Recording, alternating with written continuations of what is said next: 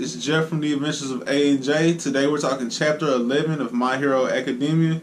And I want to start with a small piece on Bakugo.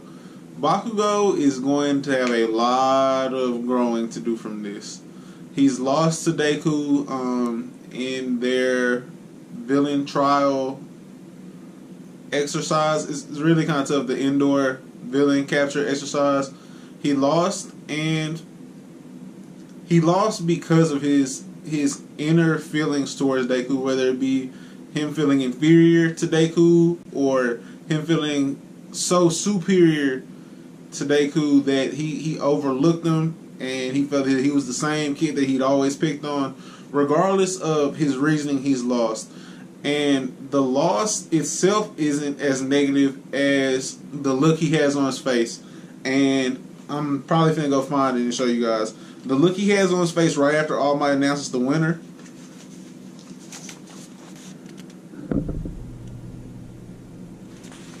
Oh my gosh. You see the despair in that he's worked this entire time to prove that he's the best over everyone. And it's not enough. His mentality of I'm the best is not enough. And the victory is going to propel Midoriya, just because Midoriya was going to take victory as a validation for him to continue forward in his path to being the greatest hero.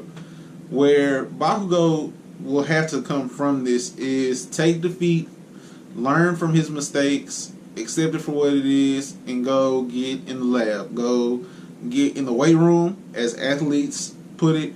However you want to frame it, he has to put that up here, put a chip on his shoulder, and go to work. Also with this chapter, there's a sense of how broken is he mentally. And luckily All Might's there to kind of steer him back towards what's going on currently, because he's just replaying it all in his head, where he's beat Deku up, he's decimated Midoriya, and Ida's done an outstanding job on the back end. Although they're playing isolation style villain work where they're having to take their one-on-one matchups, they got caught in like pick and roll playing one-on-one, and they scored the game winner. Like, because they had handled their matchup so well that the teamwork between Midoriya and Ochako is ultimately what beat them. Now, I want to go ahead and give myself a little pat on the back here, because I told you guys Ida was going to come through as the VIP, and I still hate him. But he was obviously going to be the VIP, because he was going to take it so serious. He was going to put in as many countermeasures as he could come up with for whoever the opposition was. He wasn't going to underestimate the opponents, and he wasn't going to count on Bakugo solely to just go handle whatever was thrown at him, because he understands how Bakugo is mentally, where he's not so much unstable, but him telling him what to go do or trying to cooperate with him wasn't going to happen.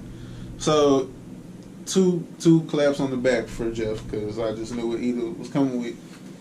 Now, going from that, I want to point out, I found the UA Transpo, the robots that carry people back and forth, a nice touch, because it's just expanding on like the technology that's in place in My Hero Academia, the world of My Hero Academia, that we're getting to see like how it's not just like, okay, fast forward and he's already in Recovery Girl, he's already in the nurse's office. Like, no, they show how they get there and the type of injuries they could sustain there, how they get back from those types of injuries.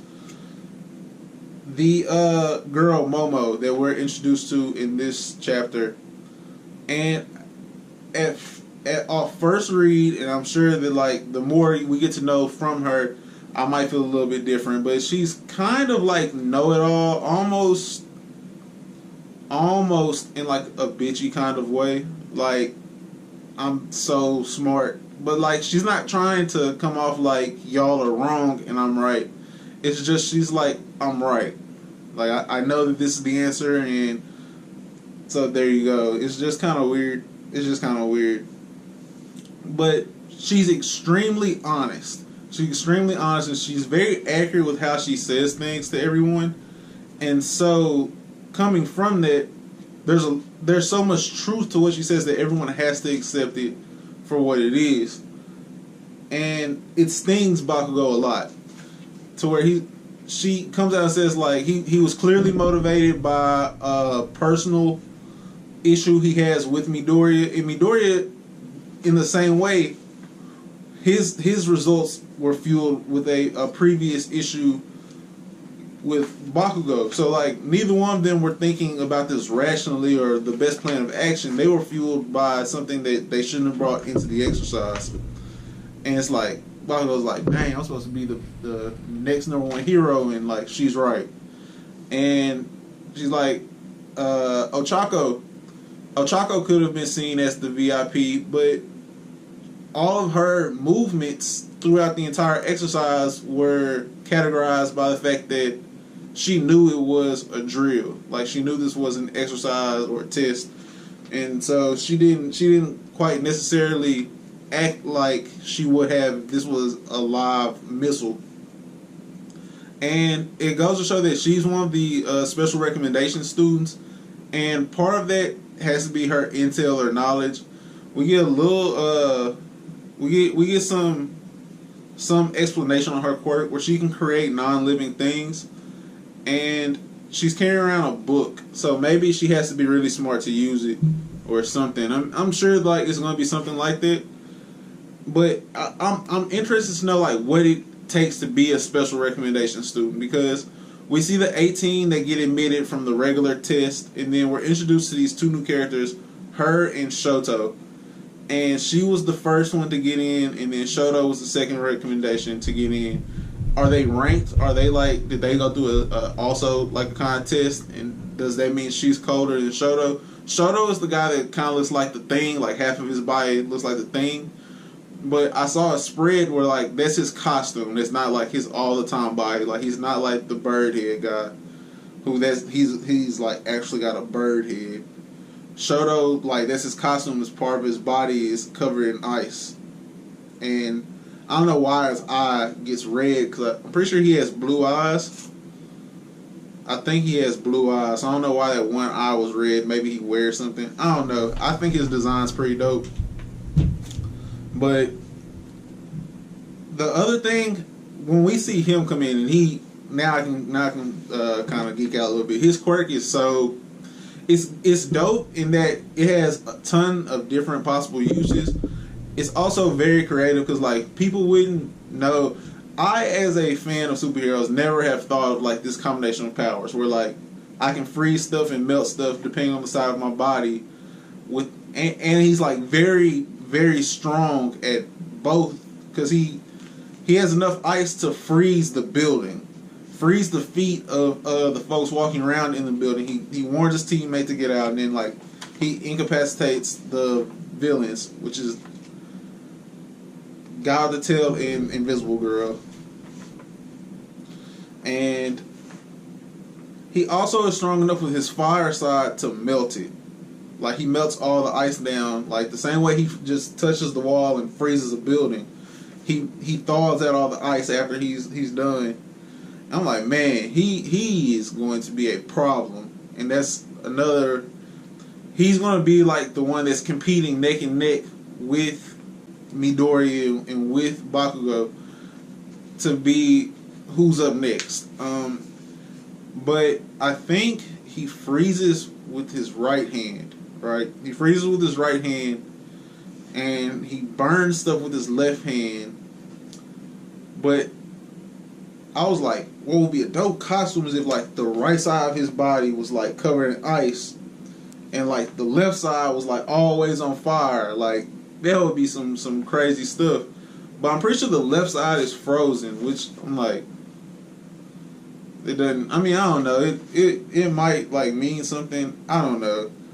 I like that we're starting to get more of these characters' names. Like that's a positive for me, just because I want so much character expansion on Class 1A and like Class 2A or 1B. I guess they'd have to be 1B, because 2A would, I guess, the year.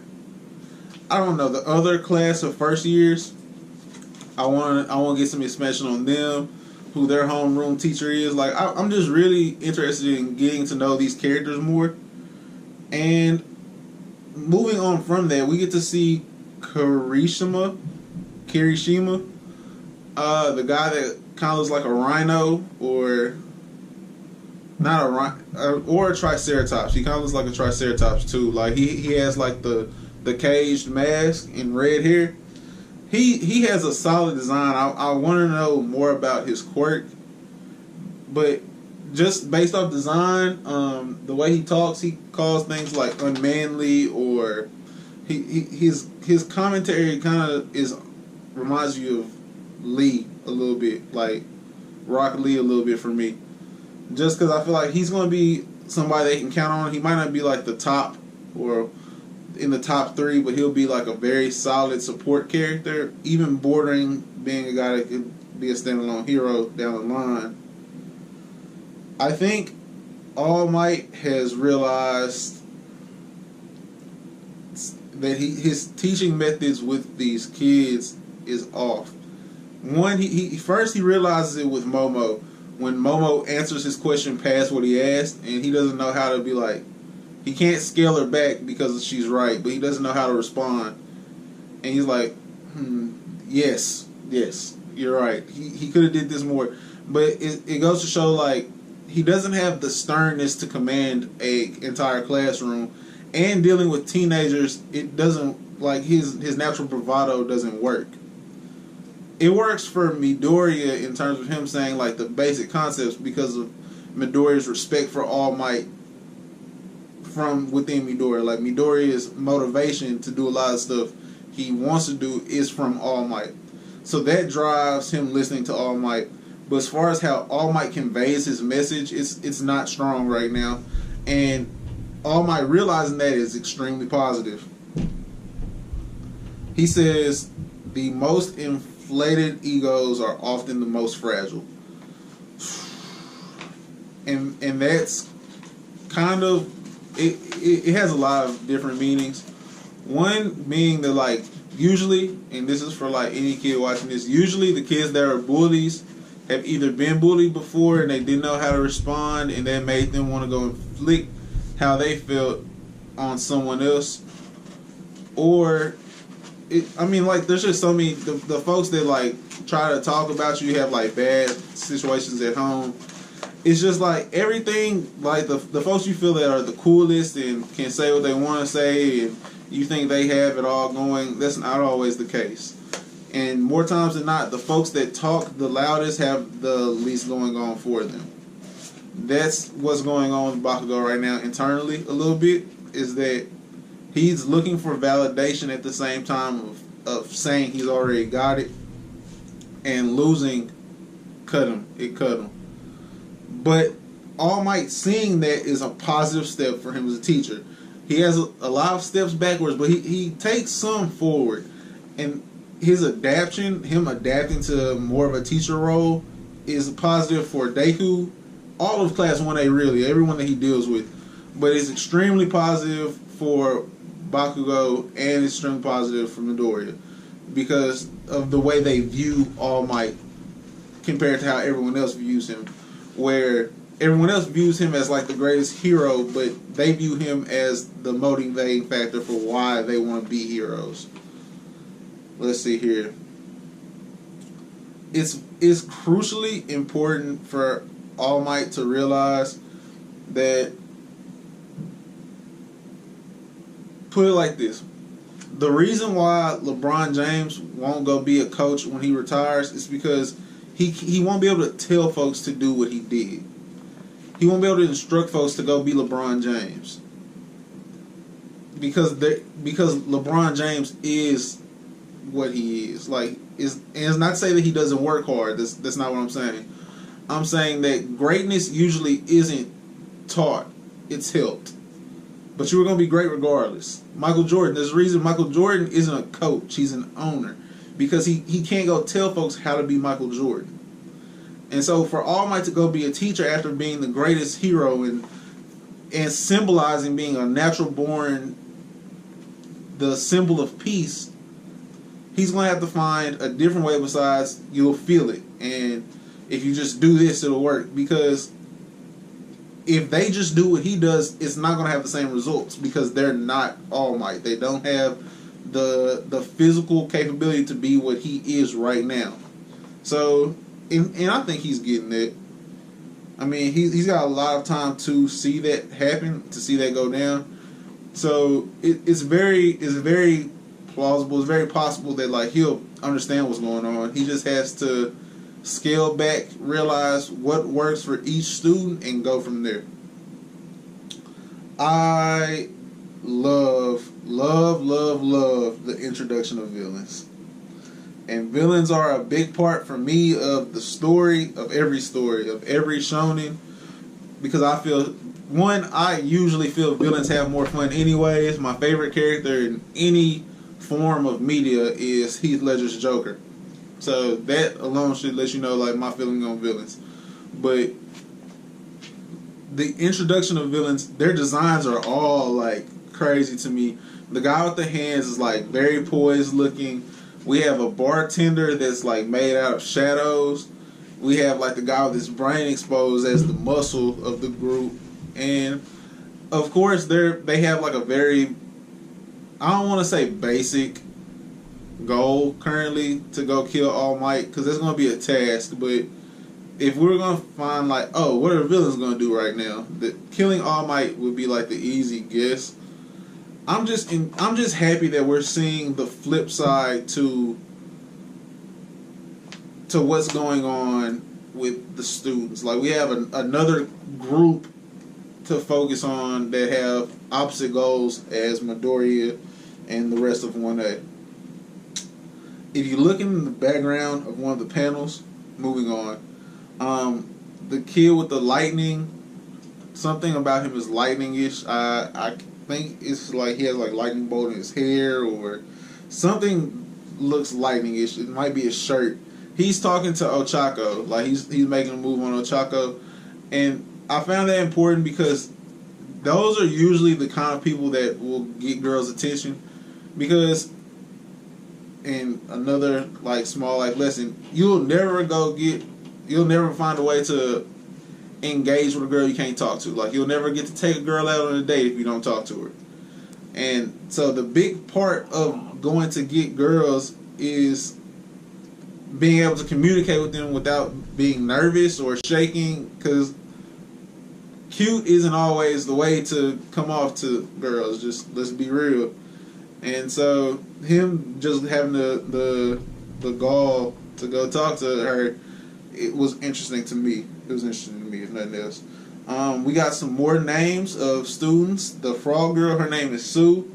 It's like Sue, Sui, or something like that. Not, Japanese names. But Sue Sato is the muscle guy that wears like the full skin tight costume. And then there's like a girl that's kind of like bug-like, kind of alien-like too, really, named Ashido.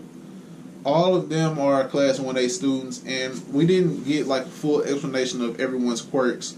We got Tail, the invisible girl, which I'm gonna get back to her in a second, because we got her. We got Shoji, the guy with the arms that was teammates with Shoto.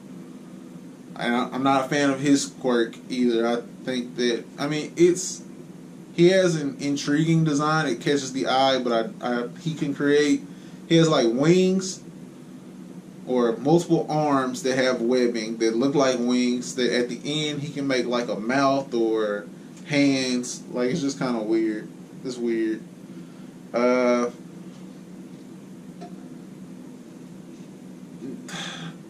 Is she naked? Like, is that the costume that they came up with for her? Is like, she gonna walk around here naked? Cause that's weak. That's weak. She's naked, bro. And not only is she naked, but like everyone else is kind of like, the wheels are turning. Like, you took your gloves and your shoes off. Is that all you've been wearing this entire time? Like, you just be walking around this mug. You could at least put a shirt. Like, they could have done better than that. They could have done better than that. But all in all, this chapter for me was 9 out of 10. There's so much growth. The introduction of the villains. We got expansion on different characters. Like, I loved this chapter. Probably my favorite chapter I've had of this series so far. Up there with the realization of All Might changing the weather with that punch. No, I think villains beats it out. So 9 out of 10 for me. We have a lot more videos coming out too on the channel. Right now we have more My Hero content than anything, but that's not all we do here. We have some shoe videos. We have more shoe and vlogs coming out. We do movie reviews, which we saw. Me and Aaron went to go see Incredibles 2 on opening night. So their review will be out. Probably will be out before this video comes out. Just being honest. Hopefully. We went hiking recently. There's a vlog of that coming out. Like, we have plenty of content coming out, guys. So even if My Hero isn't for you, subscribe, because we have something for you. Like, we do so much and we're so different that we'll have something for you, man. Stay positive, stay up, guys, and catch us later. Peace.